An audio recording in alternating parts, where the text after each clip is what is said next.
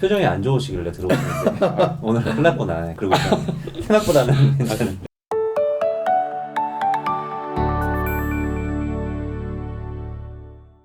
그럼 위원님께서 보시는 어떤 반등의 요소라든가 네. 어떤 타이밍 그런 건 또 어떻게 보시나요? 일단 밸류에이션도 아직은 네. 비싸고 네. 제가 봤을 땐 실적도 안 좋아질 가능성이 높아요. 그러면은 사실 기업 단에서의 변화로 저희가 지수의 바닥을 잡는 거는 좀 어렵다고 네. 해서 보고 있어서 매크로 지표의 변화를 저희는 잘 네. 체크를 해야 될 것 같습니다. 그러니까 가장 당연히 지금 화두가 되고 있는 물가 지표가 네. 그 대표적인 매크로 지표가 될 것 같고요. 그래서 뭐 차트를 한번 봐주시면은 왼쪽 상황은 올해 상황이에요. 오른쪽은 내년도 상황. 차트가 뭐냐면은 X축이 물가 지표고요. Y축이 경제 성장률입니다. 기업을 보시는 분들이 더 많을 거니까요. Y축을 매출액이라고 보시면 될 것 같고 X축을 비용이라고 보시면 돼요. 네. 그래서 올해 상황은 저희가 사실 분석을 주로 하고 있는 국가들의 상황이 좋지 않습니다. 네. 이건 뭐 다 알고 있는 사실이고요. 미국부터 해서 한국도 오른쪽 하단에 좀 위치를 그렇죠. 해 있어요. 네. 그러니까 매출보다는 사실 비용 쪽에 문제가 많아질 수 있는 구간이다. 네. 근데 사실 내년도에 갔을 때에는 이 주황색 점들이 하늘색 점으로 제가 바꿔놨는데 네. 전반적으로 다 왼쪽 상단으로 이동하는 모습을 볼 수가 있어요. 뭐 제가 경제 지표를 예측하는 사람은 아니지만 지금 컨센서스 기준으로 봤을 때에는 올해가 마지막 고비가 될 수 있다라고 보고 있습니다. 물가가 오르는 건 당연히 좀 지금 부담될 수가 있지만 네. 이게 사실 주식시장이 더 걱정하는 시장을 정말 안 좋게 보시는 분들의 네. 가장 큰 논리가 결국에 수요가 꺾인다라는 논리거든요. 그건 GDP 성장률을 둔화시키는 요인이기 때문에 이 차트로 봤을 때 지금 컨센서스로는 올해가 정말 마지막 고비가 될 것으로 좀 봐요. 조금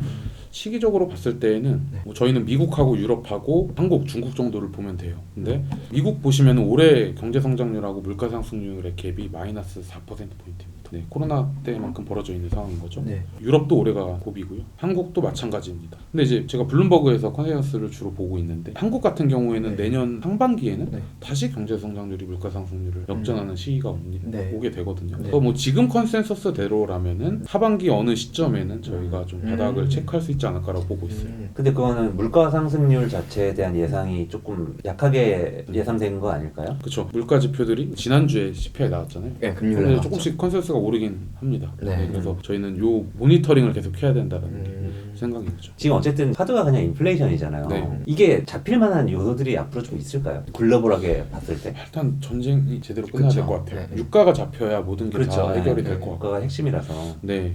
그리고 사실 경제가 좋은데 물가가 천천히 오르는 거는 주식시장이 굉장히 네, 더 좋은 좋죠. 경우가 좋죠. 많아서 네. 전쟁 때문에 인플레이션이 굉장히 좀 과하게 올라와 있다라고 보고 있는 입장이라서 그 부분이 가장 해결돼야지 저희가 좀 주식을 좀 편하게 할 수 있지 않을까라고 보고 있습니다. 이게 조금 더 와닿으시려면 주가랑 같이 보여드려야 되잖아요. 그래서 이 차트 한번 봐주시면요. 주황색 영역은 경제 성장률이 빠지면서 물가가 오르는 국면입니다. 바 차트. 그렇죠. 부분이요? 네. 주가가 다 안 좋아요. 지금 밑으로 다. 바닥이 언제 나오냐면은 경제 성장률이 하락하고 물가가 오르는 국면이 일정 기간 동안 지속이 되면 지금처럼 역전이 나오게 됩니다. 네. 물가가 더 높은 네. 그때마다 사실 바닥은 다 나왔어요. 아. 이게 하늘색 영역으로 제가 좀 바꿔놨는데 네. 네. 그래서 올해 1월부터 한국도 역전된 상태로 계속 진행이 되고 있는 음. 거고요. 근데 사실 그래서 이 하늘색 앞에서 제가 한국 같은 경우에는 내년도 2분기에 네네. 플러스로 바뀐다 그랬잖아요. 네네. 근데 만약에 그 컨센이 맞으면 네. 내년 2분기에는 저는 지금보다 주가는 당연히 아. 높은 위치에 있을 네. 거라고 보고 네. 있습니다. 내년 2분기요. 그쵸. 너무 네. 먼. 아니, 이제 그때 가서 다시 경제 성장률이 물가보다 높아지는 걸 확인하고 주식을 할래 하면은 늦는다 주가는 이거죠. 네, 이미 반영을 했으니까. 반영을 할 가능성이 높아요. 네.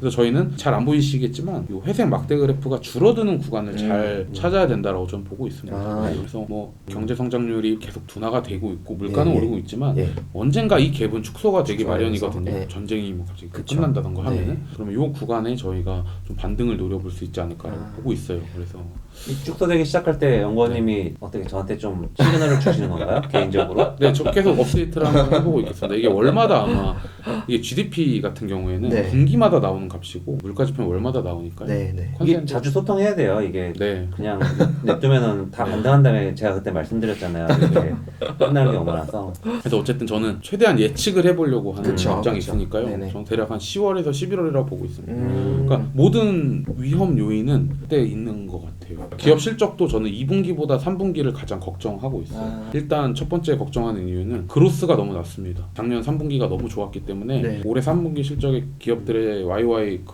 그로스는 효과가 거의 좀- 없어요. 그렇죠. 네, 그래서 일단 첫 번째는 그렇고요. 두 번째는 이건 약간 좀 과거에 그랬으니까 네. 올해 지금도 그럴 거다라는 논리인데 네네. 1분기가 좋았잖아요. 2분기는 그러면은 엄청난 쇼크가 날 가능성이 매우 낮아요. 이 과거에 이제 4분기를 제외하면 이런 패턴을 보였습니다. 그럼 2분기는 예상만큼 나오거나 예상보다 소폭 하회하는 실적 정도 예상하고 있고요. 3분기가 저는 가장 걱정이 많이 됩니다. 그래서 3분기 실적이 10월, 11월 달에 나오니까요. 네. 변곡점 자체를 그때를 좀 보고 있고 그때까지는 굉장히 좀 재미없는 습관을 좀 그래서 하반기로 갈수록 어쨌든 좀 네. 조심해야 될 요소들이 좀 많네요. 근데 그런 것들을 어쨌든 저는 지금 다 반영을 하고 있는 과정이라고 과정. 보고 있어서 네, 정확하게 뭐 어디까지 반영했고 이건 알 수가 없으니까 네. 사실 보면서 해야죠. 그건. 네, PBR 기준으로 저희가 많이 또 저점 그쵸. 논하잖아요. 네네네. 네. 지금 0.9배 뭐 이러지 않나요? 네, 포워드 기준으로는 거의 0.9배 정도 됐고요. 트레일링 기준으로는 네. 1배 됐을 것 같아요. 음. 근데 이제 제가 항상 이제 저희가 적정한 PBR, 네네네. 하단 같은 거 잡을 때 ROE 네. 항상 같이 네네. 네네. 지난번에 이제 어닝 한 마진을 한 1%포인트 하향 조정해서 보면 네. 된다라고 네. 말씀을 드렸고 지금도 이제 많이 내려와서 지금 영업이익률이 한 8.5%로 추정이 되어 있고요. 네. 많이 내려온 숫자예요. 아, 네. 이것도 이제 잠깐 말씀드리면 네.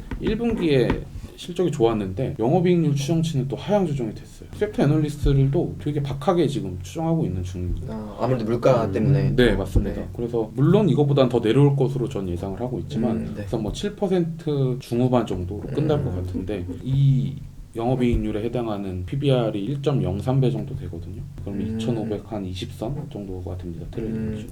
지금 구간에는 심리적으로 좀 오늘이 2,500. 그러니까 그 정도 그쯤인데 아니나요? 2,510 정도일 거예요 오늘이. 근데 이제 제가 표현을 네. 제가 이게 다른 방송에서 한번 그랬는데 네. 이건 하단이 아니라 적정한 사실 맞죠? 왜냐면 네. 제가 하향 조정을 이만큼 될 거니까 네. 요거에 해당하는 지수는 2,530이다라는 거기 때문에 네. 사실 지금 지수를 사실 기준으로 잡고 위아래로 플레이하는 게 맞다고 보고 있어요. 이 밑은 심리적인 구간, 이 위는 이거 위도 사실 뭐 지금 당장에는 저희가 펀더멘탈 개선을 기대할 게 없는 부분이기 때문에 네. 기준점은 어쨌든 지금 딱 지수라고 봅니다. 생각보다 굉장히 너무 안 좋게 얘기하고 있네. 아니 그렇지는 네. 않은데. 아니 네. 예상보다는 좀 그러니까요. 밝은. 아, 진짜요? 정말요? 네. 아 그렇구나. 표정이 안 좋으시길래 들어오시는데 오늘 큰일 났구나. 그러고 있었는데 생각보다는 괜찮은. 네, 이제 물가 지표만 보시지 말고요. 뉴스플로우에서도 아마 지난주쯤에 막 OECD에서 경제 성장률 좀 하향 조정하고 막 그래서 저는 항상 GDP 성장률하고 물가 상승률의 갭이 네. 벌어지는 축소가 되는지가 중요하다고 네. 지금 보고 네. 있기 때문에 물가가 사실 피크아웃하고 둔화가 되더라도 예상보다 뭐 경제 성장률이 더 꺾이는 모습들이 나오면 지수의 반등 시점은 더 그쵸. 딜레이 될 수밖에 그쵸. 없다라고 네. 보고 있습니다.